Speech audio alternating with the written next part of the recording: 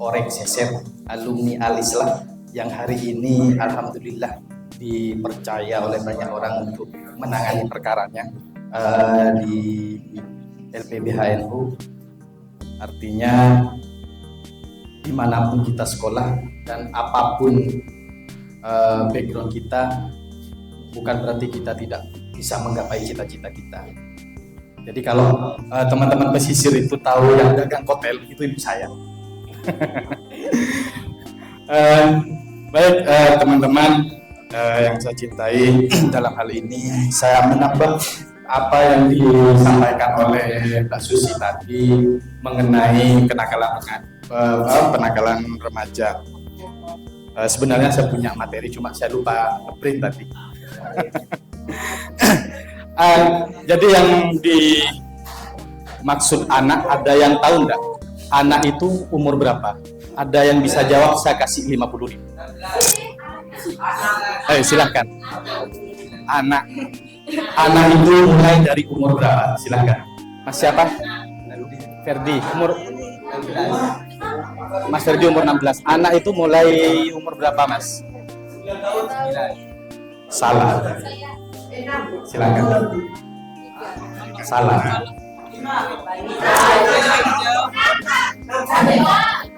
Yang dimaksud anak itu mulai dari 0 tahun. Jadi dalam kandungan dia sudah disebut anak. Ya, gagal 50.000 sama tim kasih gimana? Jadi kemudian yang kedua, ada 5 tahapan anak. Yang pertama itu adalah mulai dari 0 tahun semenjak dia dalam kandungan. Rentannya anak dalam kandungan ini tergantung dari orang tuanya. Semisal contoh, hasil di luar pernikahan, maka anak ini akan menyebabkan kecacatan, kematian, dan lain semacamnya. Jadi artinya seorang anak yang di bawah umur seperti kalian yang tidak cukup umur melakukan pernikahan kemudian sampai hamil, maka resikonya anak yang meninggal, ibu yang meninggal, atau kedua-duanya. Jadi kalau bicara hukum kesehatannya, karena pinggulnya sempit dan semacamnya, cuma saya bukan faknya di sana. Kemudian yang kedua, anak mulai dari baru lahir sampai umur 2 tahun. Jadi anak ini punya resiko besar. Jadi artinya anak yang umurnya mulai dari baru lahir sampai 2 tahun ini memiliki resiko yang besar. Karena apa? Ada yang tahu? 100.000.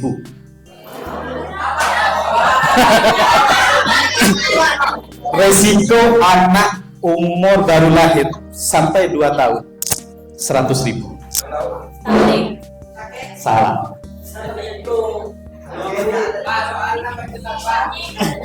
Resiko anak umur baru lahir sampai 2 tahun 1, 2, 3 gagal. Gagal sedikit.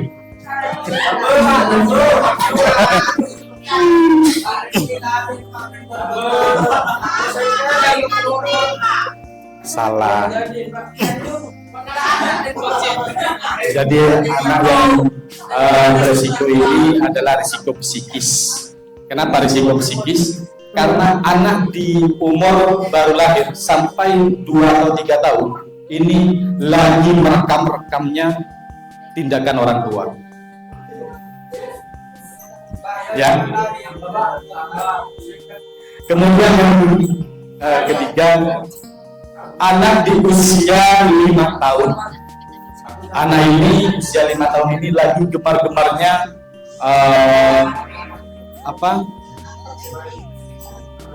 sedang asik-asiknya bermain, mendekatkan dengan orang tua. Biasanya kalau cewek itu cinta pertamanya adalah seorang ayah. Ya, sepakat ya? Ya. Tuh. Kemudian ada anak usia sekolah.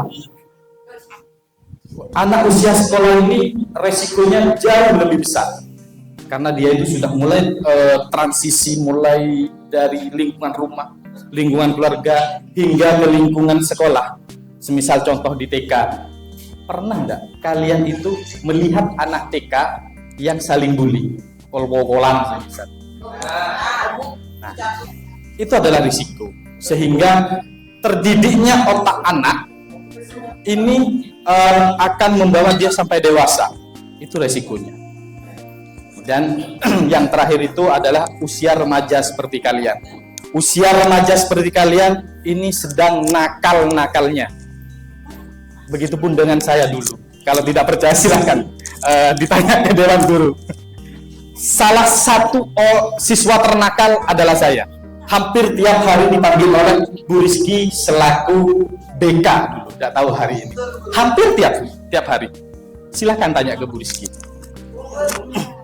Benar. Saya adalah orang ya bukan ternakal sih, masih ada mungkin ya yang lebih nakal saya.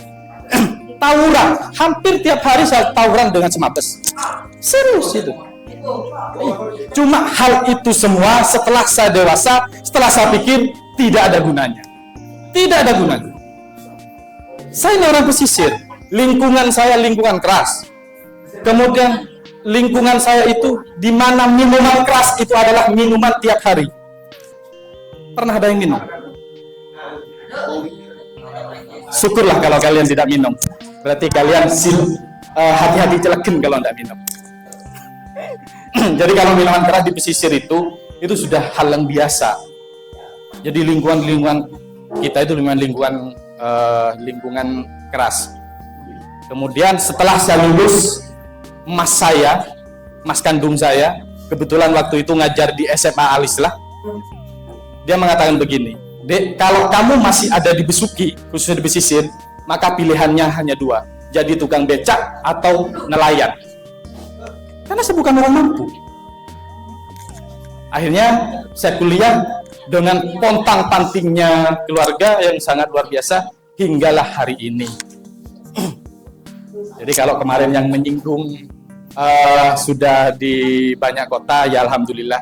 Kemarin bulan Februari satu-satunya di Jawa Timur yang lulus sistem peradilan pidana anak programnya Kemenkumham Situbondo itu saya. Itu luar biasa. Jadi kalau hari ini kalian di luaran itu sekolah alislah, apa sekolah tak kelas, itu bagi mereka yang tidak mau maju. Ingat ya. Saya dulu itu di jurusan manajemen bisnis. Ya, akuntansi. Kenapa jadi pengacara nggak nyambung? Karena cita-cita saya memang jadi pengacara. Manajemen bisnis itu adalah penghasilan saya lah. Alhamdulillah ada CV dan PT yang saya kelola hari ini. Ya itu semua berkat beliau-beliau yang luar biasa. Luar biasa. Kemudian lanjut ke materi. Dampak dari kenakalan remaja ini adalah yang pertama adalah orang tua kalian. Kenapa? Hukum di masyarakat ini jauh lebih ganas dan lebih fatal daripada hukum yang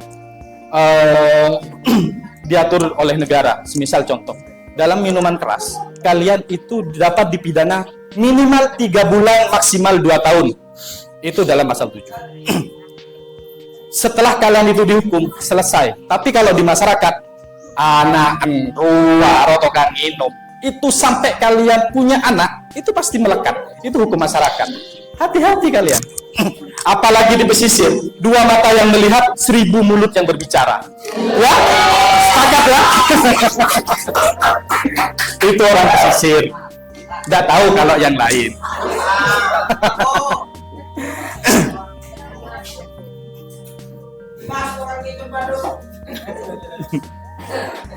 Kemudian yang kedua, dampaknya itu faktor eksternal. Faktor eksternal ini di luar kalian atau di luar keluarga kalian, semisal di sekolah. Kemarin itu ada kasus yang lagi viral di Situbondo, silahkan lihat di TikTok. Ya, anak SD ini baru kelas 4, 5 dan kelas 4 dan 5 ini sudah mulai menyayat lengannya. Ini lagi viral. Kalian punya TikTok kan? Silahkan dilihat. Ya, kasus viral Situbondo anak SD. Hari ini, pagi ini saya dapat kabar itu sudah masuk TV One. Itu bukan prestasi, Mas. Itu bukan prestasi, tapi itu adalah dampak yang saya jelaskan mulai dari 0 umur, 0 dalam kandungan hingga usia dia. Jadi artinya dia itu mulai dikasih gadget oleh orang tuanya, trennya di TikTok sayat-sayat lengan. Dia tidak tahu, kemudian kontrol orang tua juga kurang, sehingga dia melakukan seperti itu. Saya yakin anak seusia dia itu tidak tahu dampaknya, itu tidak tahu, saya yakin itu. Padahal di sini kan ada urat nadi, Mas. Iya. Maka penyebabnya kematian. Kalau zaman sekolah saya dulu itu ada namanya Dea gitu. Saya ingat betul itu. Jadi dia itu memang pergaulannya, kalau kami itu pergaulannya seusia kalian itu di lingkungan sekolah, kalau Dea ini pergaulannya itu sudah di luar sekolah. Jadi saya cerita yang ada di lingkungan sekolah di Alisla kemarin. Dia putus sama cowoknya, kemudian dia menyayat-nyayat. Iya. Nah, kemudian saya kan tak tahu tren-tren yang begitu ternyata sudah dari dulu. Itu supaya kenapa? Melampiaskan kegalauan. Melampiaskan kegalauan itu hal-hal yang positif, semisal kalian itu sholawatan, ke sabab, ke bening, kalau punya istilah apa? Ya, kanzul barokah. Iya, itu jauh lebih bermanfaat daripada kalian itu menyayat lengannya, kemudian kalian minum minuman keras. Ada yang merokok? Mas ada yang merokok? Itu kenakalan remaja, Mas. Ya, kenakalan remaja. Saya dulu itu perokok berat. Mulai kelas 3 SD saya sudah merokok. Setelah beberapa tahun sampai saya di lingkungan pondok, kontrol orang tua juga jauh. Saya pikir pada saat itu kina cereng tak ya bos bireng tuh rokok. Ternyata, Mas, ini dampaknya luar biasa. Alhamdulillah hari ini saya sudah tidak merokok. Karena ketika saya itu membiasakan merokok, mohon maaf, saya kan biasa dengan orang-orang meeting dengan orang-orang yang sedikit berkelas lah. Jadi mereka itu sedikit alergi dengan aroma rokok. Mau tidak mau, saya harus mengimbangi mereka. Karena ini tuntutan profesi. Selain itu karena kecelakaan juga kemarin. Itu. Kemudian bagaimana supaya kita itu tidak ada dalam pusaran kenakalan remaja? Ada yang tahu seperti yang dijelaskan oleh Mbak Susi tadi?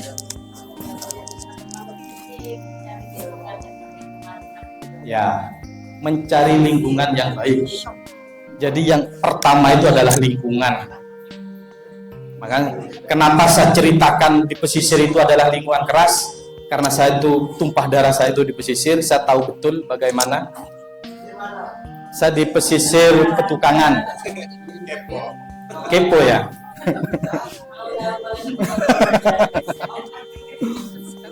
Siapa? Saya itu kalau seusia-usia kalian mungkin sudah mulai kurang mengenal. Karena mulai 2013 saya sudah tidak dibisuki. Semenjak saya lulus di sekolah Alislah, kemudian saya hijrah ke Situbondo. Jadi saya ngontrak di sana, kontrakannya itu gratis. Kebetulan karena saya itu tergabung di organisasi di PMII waktu itu. Jadi ngontraknya ya numpang. Iya. Apa yang mau buat kontrak saya? Lawang buat makan aja susah. Kemudian selain lingkungan ada yang tahu dampaknya.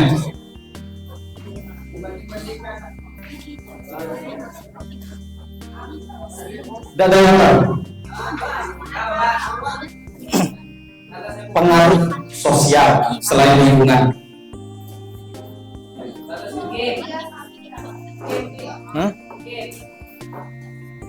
Boleh game, TikTok. Jadi artinya sosial media ya. Kemudian yang kedua,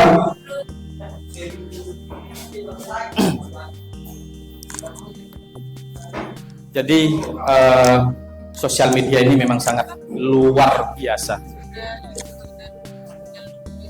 Pernah dengar kejadian tidak? Seorang perempuan yang dilecehkan melalui sosial media. Ya, ini kasusnya banyak sekali. Bahkan salah satu teman saya, waktu itu dia calon pengacara juga. Pada saat itu dia kena. Jadi ada nomor baru, langsung video call, si cewek ini langsung buka bajunya. Namanya orang video call, dia nggak tahu. Yang penting video call ya udah diginikan aja. Kemudian si ini yang video itu langsung screenshot, maka melakukan pemerasan. Ini pemerasan. Kalau kemudian pelecehan di sosial media, salah satu contohnya kalian yang biasa pakai gadget, punya pacar, marah lu, buka lu, marah nyongok lu. Itu adalah pelecehan. Ya, Pak. Itu adalah pelecehan. Mas-mas ada yang minta gitu. Ya.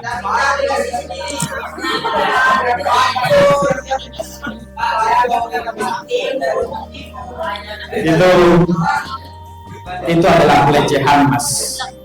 Kalau yang dilecehkan itu di bawah umur, maka hukumannya itu jauh lebih berat. Kemudian di masyarakat kita itu banyak hal-hal yang biasa, ngepak burian, kekuanona. Nah, itu menjadi hal yang biasa di lingkungan kita, tapi itu ada ancaman pidananya. Nah, makanya kalian antara cowok dan cewek, siswa dan siswi,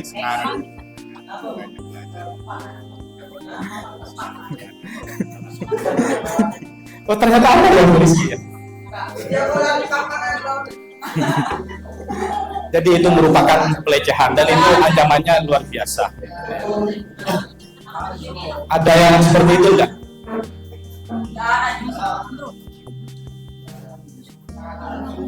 Mudah-mudahan di sekolah kita tercinta ini tidak ada kenakalan remaja seperti itu.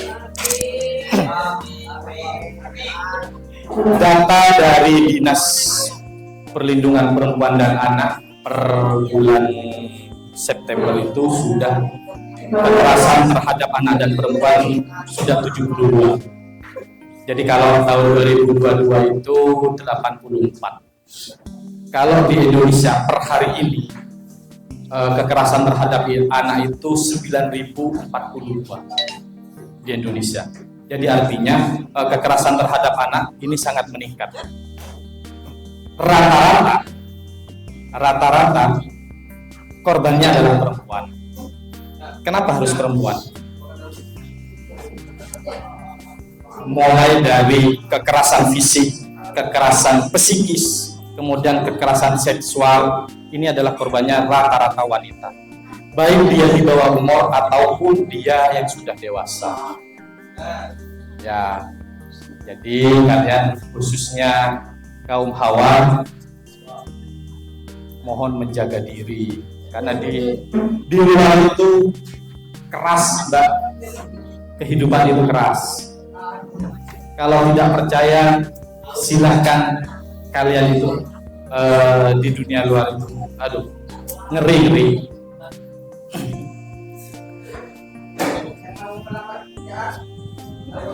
Kemudian yang terakhir kami ucapkan terima kasih. Ini kegiatan yang sangat luar biasa, saya bisa bernostalgia di Alisla ini.